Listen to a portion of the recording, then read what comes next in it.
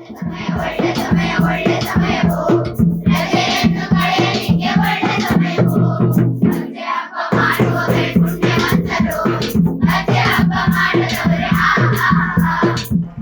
ಹಬ್ಬ ಬೇಸಿಗೆ ಶಿಬಿರಕ್ಕೆ ಇದೀಗ 4ನೇ ವರ್ಷ.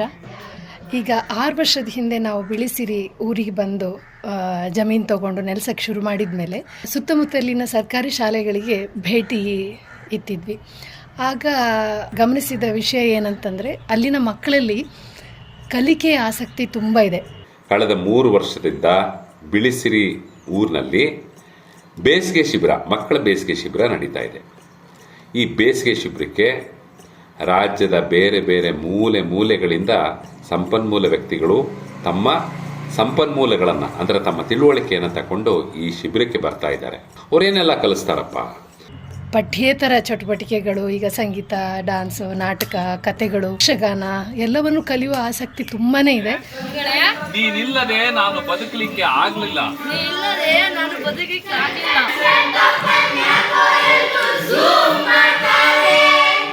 ಪಚ್ಚೆ ಪರ್ಬದ ಮೂಲಕ ಕಳೆದ 13 ವರ್ಷಗಳಿಂದ ರಾಜ್ಯಾದ್ಯಂತ ಮಕ್ಕಳಾಗುವ ಪ್ರಕ್ರಿಯೆಯನ್ನು ನಾವು ಕಟ್ಕೊಂಡಿದ್ವಿ. ಕಳೆದ 4 ವರ್ಷಗಳಿಂದ ಪಚ್ಚೆ ಹಬ್ಬವಾದ ಸಂಭ್ರಮದಿಂದ ಸಾಗರದಲ್ಲಿ ನಾವು ಸೇರಿಕೊಂಡಿದ್ವಿ. ಈ ಸಂಭ್ರಮಗಳಿಗೆ, ಮಕ್ಕಳಾಗುವ ಪ್ರಕ್ರಿಯೆಗಳಿಗೆ ಮತ್ತು ನೆಲಕ್ಕೆ ನಾವು ಮರಳುವ ಪ್ರಕ್ರಿಯೆಗಳಿಗೆ ಸಾಗರದ ಬಳಗ, ಬಿಳಿಸಿರಿ ಸಿರಿಬನ ಟ್ರಸ್ಟು, ಈ ಬಳಗ ಮತ್ತು ಕುಟುಂಬ ಮತ್ತು ಸ್ನೇಹಿಗಳ ಬಳಗ ಸೇರಿಕೊಂಡಿರೋದು ಬಹಳ ಅದ್ಭುತವಾಗಿದೆ.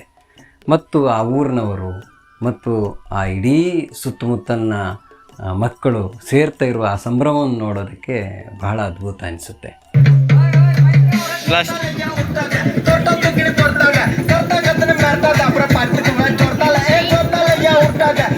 ಆದರೆ ಪಚ್ಚೆ ಹಬ್ಬ ಕೇವಲ ಮಕ್ಕಳ ಬೇಸಿಗೆ ಸಾಂಸ್ಕೃತಿಕ ಶಿಬಿರ ಅಲ್ಲ.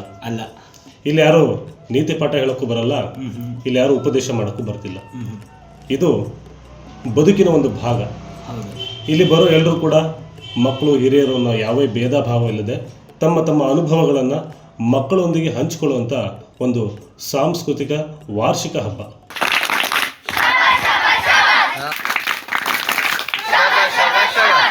ಮಕ್ಕಳು ಕಲಿಸುವ ಕೆಲವುದನ್ನು ನಾವು ಕಲಿತು ನಮಗೆ ಗೊತ್ತಿರೋದನ್ನು ಅವರಿಗೆ ಹಂಚ್ಕೊಳ್ತಾ, ಯಾವುದೇ ಒಂದು ಸ್ಪರ್ಧೆ ಆಮೇಲೆ ಭೇದ ಭಾವಗಳಿಲ್ಲದೆ ಆರಾಮಾಗಿ ಒಂದಷ್ಟು ಕಾಲ ಕಳೆಯುವಂಥ ಒಂದು ಶಿಬಿರ. ಇದಕ್ಕೆ ಗ್ರಾಮಸ್ಥರು, ಪೋಷಕರು, ಶಾಲೆಯ ಶಿಕ್ಷಕರು ತುಂಬ ಬಹಳ ಒಳ್ಳೆ ಸಹಕಾರ ನೀಡಿದ್ದಾರೆ.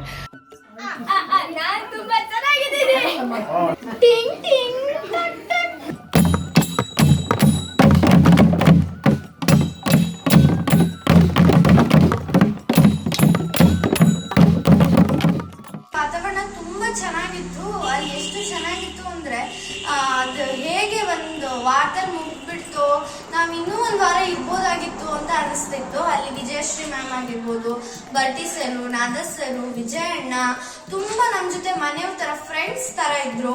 ಅವರು ಹಾಡು ಹೇಳಿಸೋದಾಗಿರ್ಬೋದು, ಡ್ಯಾನ್ಸ್ ಮಾಡಿಸೋದಾಗಿರ್ಬೋದು, ಪೇಂಟಿಂಗ್ ಮಾಡಿಸೋದಾಗಿರ್ಬೋದು, ಆಮೇಲೆ ತುಂಬಾ ಆ್ಯಕ್ಟಿವಿಟೀಸ್ ಎಲ್ಲ ಮಾಡಿಸ್ತಿದ್ರು.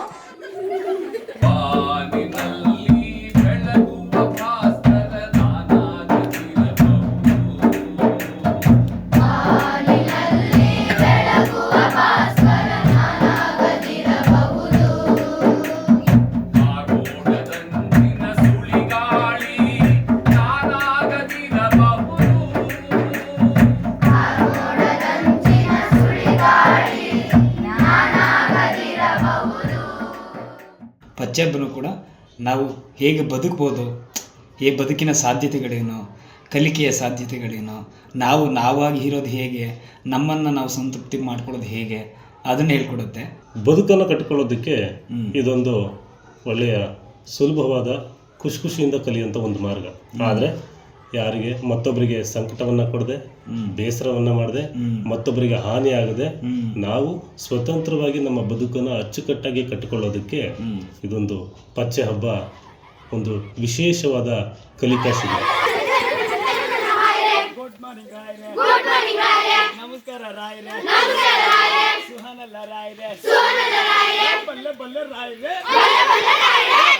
ಪಚ್ಚೆ ಹಬ್ಬ ಬೇಸಿಗೆ ಶಿಬಿರದಲ್ಲಿ ನಾನು ಮೊದಲನೇ ಸಲ ಭಾಗವಹಿಸಿದ್ದೆ.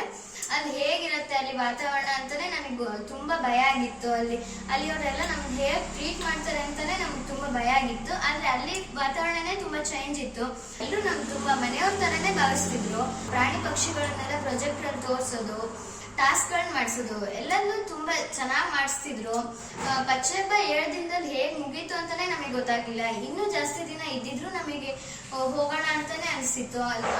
ತುಂಬಾ ಬೇಜಾರಾಗಿತ್ತು ನಮ್ಗೆ 7 ದಿನದಲ್ಲೇ ಮುಗ್ಬಿಡ್ತಲ್ಲ ಅಂತ.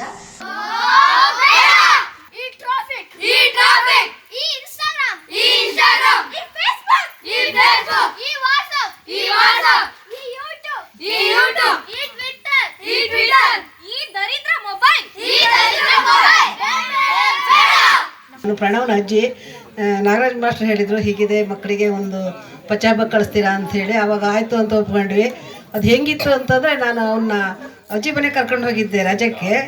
ಆ ರಜದಲ್ಲಿ ನಂಗೆ ಪಚ್ಚೆ ಹಬ್ಬ ಇದೆ, ನಾನು ಹೋಗಲೇಬೇಕು ಅಂದ್ಕೊಂಡು ಹೊರಟ್ಬಿಟ್ಟ ಅವನು. ಆಮೇಲೆ ಬೆಳಿಗ್ಗೆ ಬೇಗ ಎದ್ದು ಸ್ನಾನ ಮಾಡ್ಕೊಂಡು ಅವ್ರಿಗೆ ಅದೇ ಹೋಗ್ಬೇಕು ಅನ್ನೋದೇ ಒಂದು ಖುಷಿ. ಬಂದು ಒಂದು ದಿವಸ ಬಂದು ನೋಡಿದವನು ಮತ್ತೆ ಹೋಗ್ತಾನೆ ಇಲ್ಲ ಅಂದ್ಕೊಂಡಿದ್ದೆ. ಅವನಿಗೆ ತುಂಬ ಖುಷಿ ಆಗ್ಬಿಡ್ತು. ಅಜ್ಜಿ ಹೋಗಬೇಕು ನಾನು, ತುಂಬ ಚೆನ್ನಾಗಿ ಮಾಡ್ತಾರೆ ಅಲ್ಲಿ, ಮತ್ತು ಹಾಡು ಹೇಳ್ಕೊಡ್ತಾರೆ, ಡ್ಯಾನ್ಸ್ ಹೇಳ್ಕೊಡ್ತಾರೆ, ಅಣ್ಣಂದ್ರೆಲ್ಲ ಇದ್ದಾರೆ, ಅಕ್ಕಂದ್ರು ಇದ್ದಾರೆ, ಎಲ್ಲರ ಜೊತೆಯವರು ನಮ್ಮನ್ನು ಚೆನ್ನಾಗಿ ನೋಡ್ಕೊತಾರೆ. ಅದಕ್ಕೆ ನಾನು ಹೋಗಲೇಬೇಕು ಅಂದ್ಕೊಂಡು ದಿವಸ ಬಂದು ಒಳ್ಳೆ ರೀತಿಯಲ್ಲಿ ಕಲ್ತಿದ್ದನ್ನೆಲ್ಲ ಹೇಳಿ ಆಟ ಆಡಿ ಎಲ್ಲ ಮಾಡ್ತಿದ್ದ. ಇದರಿಂದ ಏನಾಯ್ತು ಅಂದರೆ ಒಂದು ಸ್ವಲ್ಪ ಫೋನು ಮತ್ತು ಟಿ ವಿಯಿಂದ ದೂರ ಆದಂಗೆ ಆಯಿತು ಮಕ್ಕಳು. ಪ್ರಸಾದ ಅಲ್ಲ, ಅಕ್ಷತೆ ಸುಗ್ಗಿ ಹಬ್ಬ ಅಂತ ಬರೋದು ತುಂಬಾ ಚೆನ್ನಾಗಾಗ್ಲಿ. ಅದು ಸುಗ್ಗಿ ಅವರು ನಾಟಕ ಕಲಿಸ್ತಾರೆ, ಹಾಡು ಕಲಿಸ್ತಾರೆ, ಜೊತೆಗೆ ಕರಕುಶಲತೆ ಕಲಿಸ್ತಾರೆ, ಮಣ್ಣಲ್ಲಿ ಮಾಡುವಂತಹ ಬೇಕಾದಷ್ಟು ಆಟಿಕೆಗಳನ್ನು ಹೇಗೆ ಮಾಡೋದು ಅಂತ ಕಲಿಸ್ತಾರೆ.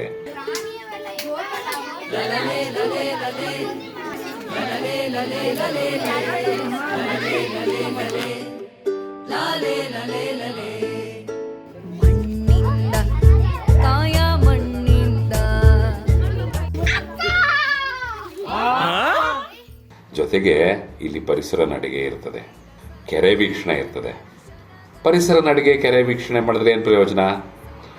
ನಮ್ಮ ಪರಿಸರದಲ್ಲಿರುವಂತಹ ಬೇಕಾದಷ್ಟು ಹಕ್ಕಿಗಳು, ಪಕ್ಷಿಗಳು, ಪ್ರಾಣಿಗಳು, ಹುಳಗಳು, ಚಿಟ್ಟೆಗಳು ಇಂಥದ್ದೆಲ್ಲ ನಮಗೆ ಗೊತ್ತಾಗ್ತದೆ.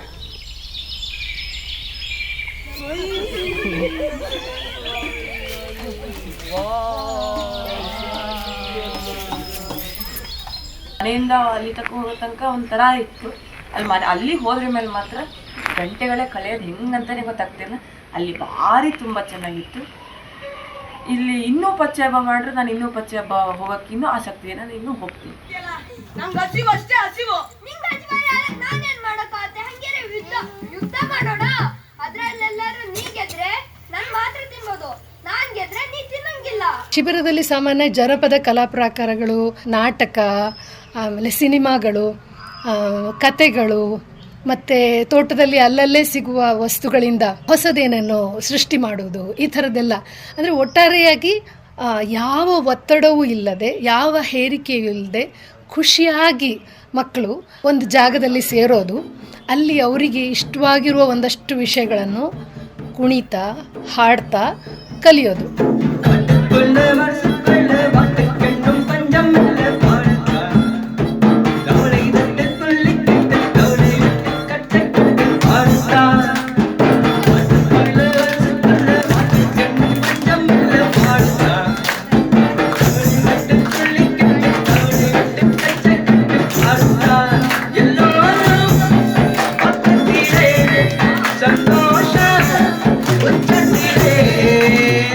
ಜೊತೆಗೆ ರಂಗದ ಆಟಗಳಿರ್ತವೆ, ಬೇರೆ ಬೇರೆ ರೀತಿಯ ಆಟಗಳಿರ್ತವೆ. ಈ ಎಲ್ಲದನ್ನು ಮಾಡಲಿಕ್ಕೆ ನಮಗೆ ಇಷ್ಟ ಅಲ್ವಾ?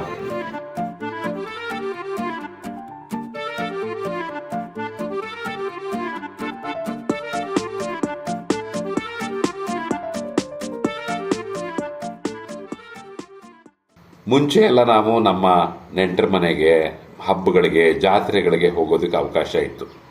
ಈಗ ಮನೆಯಲ್ಲಿ ಸ್ಕೂಲ್ ಮುಗ್ದಿದ್ದೆ ಏನು ಮಾಡೋದಪ್ಪ ಅಂತ ಗೊತ್ತೇ ಆಗದೆ ಇರೋ ಪರಿಸ್ಥಿತಿ ಇರ್ತದೆ. ಆದರೆ ಈ ಥರದ ಒಂದು ಗೊತ್ತಾಗದ ಪರಿಸ್ಥಿತಿಯಿಂದ ಗೊತ್ತಾಗುವ ಪರಿಸ್ಥಿತಿಗೆ ಹೋಗೋದಕ್ಕೆ ಈ ಥರದೊಂದು ಶಿಬಿರ ನಿಮಗೆ ಅವಕಾಶ ಮಾಡಿಕೊಡುತ್ತೆ. ಮತ್ತು ಮಕ್ಕಳಾಗುವಿಕೆ ಕಡೆಗೆ, ಮಕ್ಕಳಾಗುವುದಂದರೆ ಮಣ್ಣಿನ ಕಡೆ ನಡೀಲಿಕ್ಕೆ ಮತ್ತು ಬೇರುಗಳ ಜೊತೆಗೆ ನಡೀಲಿಕ್ಕೆ ಮತ್ತು ಬೇರುಗಳಿಂದ ಹೀರ್ಕೊಳ್ಳಿಕ್ಕೆ ಇದು ಬಹಳ ಮುಖ್ಯ. ಆ ಮುಖ್ಯವಾಗುವಿಕೆಯ ಎಲ್ಲ ದಾರಿಗಳು ಪಚ್ಚೆ ಹಬ್ಬದಿಂದ ನಮಗೂ ದೊರೀತಿವೆ ಮತ್ತು ಅಲ್ಲಿ ಬಂದ ಎಲ್ರಿಗೂ ದೊರೀತಿವೆ. ಅದನ್ನು ದೊರೀಲಿಕ್ಕೆ ಸಾಧ್ಯವಾಗಿಸ್ತಾ ಇರುವಂತಹ ಸಿರಿಬನ ಟ್ರಸ್ಟ್ನ ಎಲ್ರಿಗೂ ಮತ್ತು ಅದನ್ನು ಆಯೋಜಿಸ್ತಿರುವಂಥ ಎಲ್ರಿಗೂ ನಮ್ಮ ಕಡೆಯಿಂದ ಶರಣು. ತುಂಬ ದೊಡ್ಡ ಬದಲಾವಣೆ ಏನು ಮಾಡೋಕ್ಕೆ ಸಾಧ್ಯ ಇಲ್ಲ, ಆದರೆ ಆ 5 ದಿನನೋ 7 ದಿನದ ಶಿಬಿರದಲ್ಲಿ ಮಕ್ಕಳು ಭಾಗವಹಿಸಿ ಒಂದು ಹೊಸ ರೀತಿಯ ಕಲಿಕೆಯನ್ನು ಅವರಿಗೆ ಸಾಧ್ಯ ಆದರೆ, ಅವರಿಗೆ ಕಲಿಸ್ತಾ ನಾವು ಒಂದಷ್ಟು ಕಲಿಯೋಕ್ಕೆ ಸಾಧ್ಯ ಆದರೆ ಯಾಕೆ ಮಾಡಬಾರ್ದು ಅಂತ ಅಂದ್ಕೊಂಡು 2022ರಲ್ಲಿ ಶುರು ಮಾಡಿದ್ವಿ. ಸುತ್ತಮುತ್ತಲಿನ ಸುಮಾರು 10-15 ಕಿಲೋಮೀಟರ್ ವ್ಯಾಪ್ತಿಯಿಂದನೂ ಮಕ್ಕಳು ಬರೋಕ್ಕೆ ಶುರು ಮಾಡಿದ್ರು. 3 ವರ್ಷನೂ ಲೆಕ್ಕ ಹಾಕಿದ್ರೆ ಸುಮಾರು 200-250 ಮಕ್ಕಳು ಭಾಗಿಯಾಗಿದ್ದಾರೆ. ಪಚ್ಚೆ ಪರ್ವಗಳು ಅಥವಾ ಪಚ್ಚೆ ಹಬ್ಬ ಇರ್ಬೋದು ಅಥವಾ ಹಸಿರು ಹಬ್ಬಗಳು ಯಾಕೆ ಪ್ರಾಮುಖ್ಯತೆ ಅಂತ ನನಗೆ ಅನಿಸುತ್ತೆ ಅಂದರೆ, ನಾವು ಕಟ್ಟಿಕೊಂಡು ಕುದೀತಾ ಇರುವಂತಹ ಏನೇನು ಕುದೀತಗಳಿರ್ತಾವೋ ಅದನ್ನು ಆರಿಸಿಕೊಳ್ಳಿಕ್ಕೆ ಮತ್ತು ಅದನ್ನು ಆರಿಸಿಕೊಂಡು ನಾವು ಮೇಲೆ ಹಾರಿಕೊಳ್ಳಿಕ್ಕೆ, ಭಾರಗಳನ್ನು ಕಳಚಿಕೊಂಡು ಹಾರಿಕೊಳ್ಳಿಕ್ಕೆ ಮತ್ತು ಹಾರಿಕೊಳ್ಳಿಕ್ಕೆ ಇದು ಬಹಳ ಮುಖ್ಯ ಅಂತ. ಯಾವುದೇ ರೀತಿಯ ಒಂದು ಸ್ಟ್ರಿಕ್ಟ್ ರೂಲ್ಸ್ ಇಲ್ಲದೆ ಆರಾಮಾಗಿ ಫ್ರೀಯಾಗಿ ಒಂದು ಹಕ್ಕಿನ ಗೂಡಿಂದ ತೆಗೆದು ಬಿಟ್ಟರೆ ಹೇಗಿರುತ್ತೋ ಆ ರೀತಿಯಲ್ಲಿ ನಮ್ಮ ರಜೆ ದಿನ ಕಳೆದೋಗುತ್ತೆ. ಅಲ್ಲಿ ಯಾವುದೇ ಒಂದು ಏಜ್ ಲಿಮಿಟ್ ಅನ್ನೋದೇ ಇಲ್ಲ. ಅಲ್ಲಿ ಹೋದರೆ ಎಲ್ಲರೂ ಮಕ್ಕಳ ಥರನೇ ಆಡ್ತಾರೆ. ಎಂಥ ದೊಡ್ಡವ್ರು ಬಂದರೂ ಅಲ್ಲಿದ್ದರೆ ಮಕ್ಕಳ ಥರನೇ ಆಡ್ತಾರೆ. ಡ್ಯಾನ್ಸ್ ಇರಲಿ, ನಮಗೆ ಒಂದೊಂದು ನನಗೆ ಫಸ್ಟ್ ಡ್ಯಾನ್ಸ್ ಅಂದರೆ ಆಗಲ್ಲ, ಹಾಡಂದ್ರೆ ಆಗಲ್ಲ. ಅಲ್ಲಿ ಹೋದ್ರ ಮೇಲೆ ಯಾರು ಏನು ರೀತಿಯಲ್ಲಿ ಮಾಡಲ್ಲ.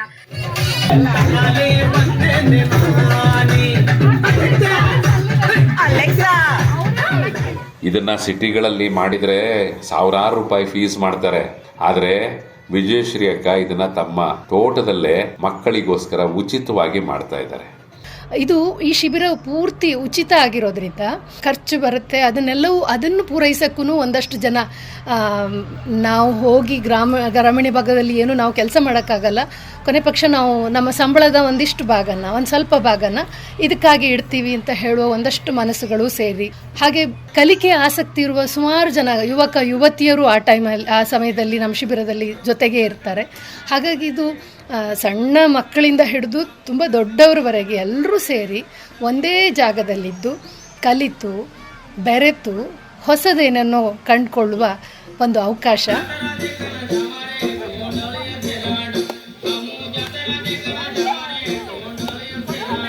ತಮ್ಮ ಬಿಡುವಿನ ಸಮಯದಲ್ಲಿ ಮಕ್ಕಳ ಜೊತೆ ಪೋಷಕರು ಬಂದು ಮಕ್ಕಳ ಜೊತೆ ಇದ್ದು ಸಂಭ್ರಮಿಸ್ಬೋದು. ಜೊತೆಗೆ ಇದು ನಿಮ್ಮ ಮನೆಯ ಕಾರ್ಯಕ್ರಮ, ನಿಮ್ಮ ಮಕ್ಕಳ ಕಾರ್ಯಕ್ರಮ, ನಿಮ್ಮ ಊರಿನ ಕಾರ್ಯಕ್ರಮ. ಈ ಅವಕಾಶವನ್ನು ನೀವೆಲ್ಲರೂ ಪಡ್ಕೋಬೇಕು. ಬರ್ತಿರಲ್ಲ?